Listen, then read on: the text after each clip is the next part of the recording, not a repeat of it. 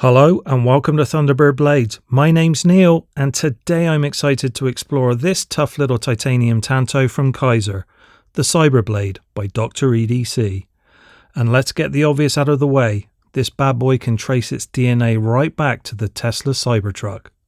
For those not in the know, curves are out and geometric angles are back in. Okay, let's take a walk around the merchandise.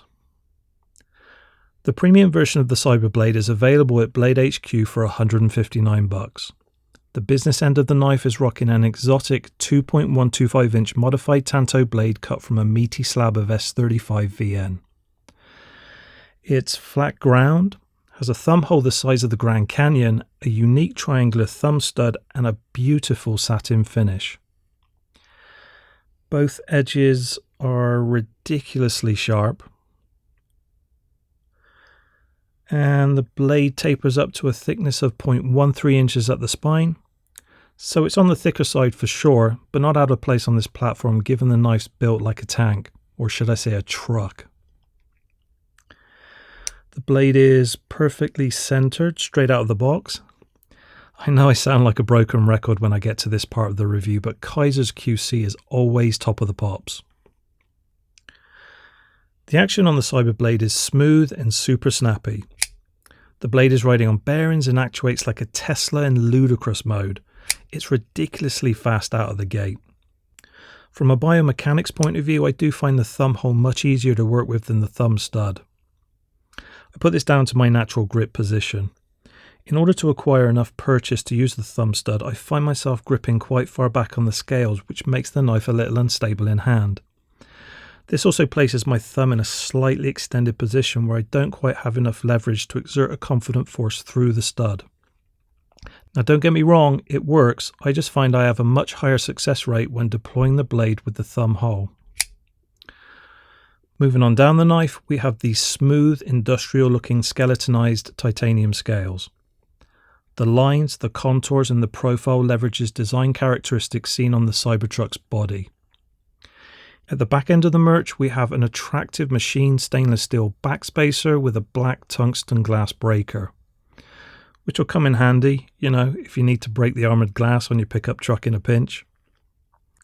On the flip side, the bead-blasted titanium theme continues with a nice 3D machined pocket clip. While it's not super deep carry, the design integrates well and the clip has a ton of spring tension. Unfortunately, this platform is right-hand carry only.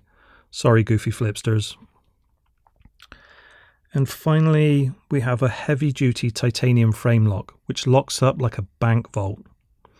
And while there isn't a shallow access ramp on the show side, it is quite easy to disengage the lock bar by wedging your thumb into the cavity between the scales.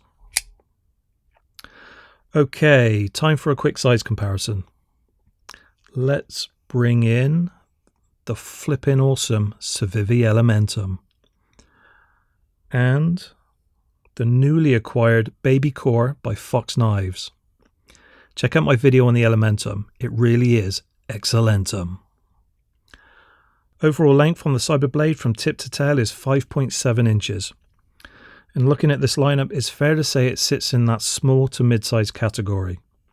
And he's coming in at a fighting weight of 3.4 ounces, which might feel like a lot for a knife of this size, but to be fair, it's built like a brick house and you're getting a lot of metal for your money.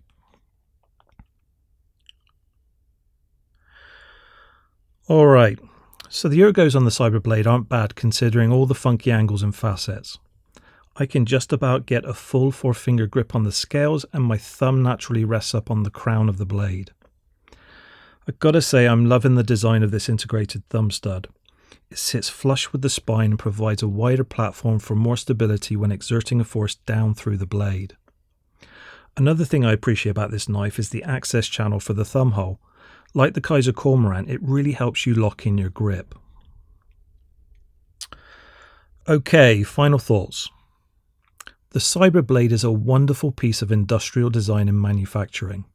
The quality and the materials are world class. The design stands out from the crowd and is definitely a conversation starter. If the titanium version is too pricey, no worries. Kizer's got you covered with cheaper G10 and micarta models coming in at $89. The naysayers will argue it's a novelty. And my response to that is, does it matter? It's a flippin' awesome design and further evidence that Kizer is willing to innovate and take risks. Before I wrap up, I have a question for Doctor EDC and the boffins at Kizer. When are we going to see a Cyber Blade with an electronic action? Alright, that's it for today. If you like the video and want to see more, please click the like and subscribe buttons. If you think this sucks, you're always welcome to click that dislike button twice. Thanks so much for your time, stay safe, and as always, keep flipping awesome knives.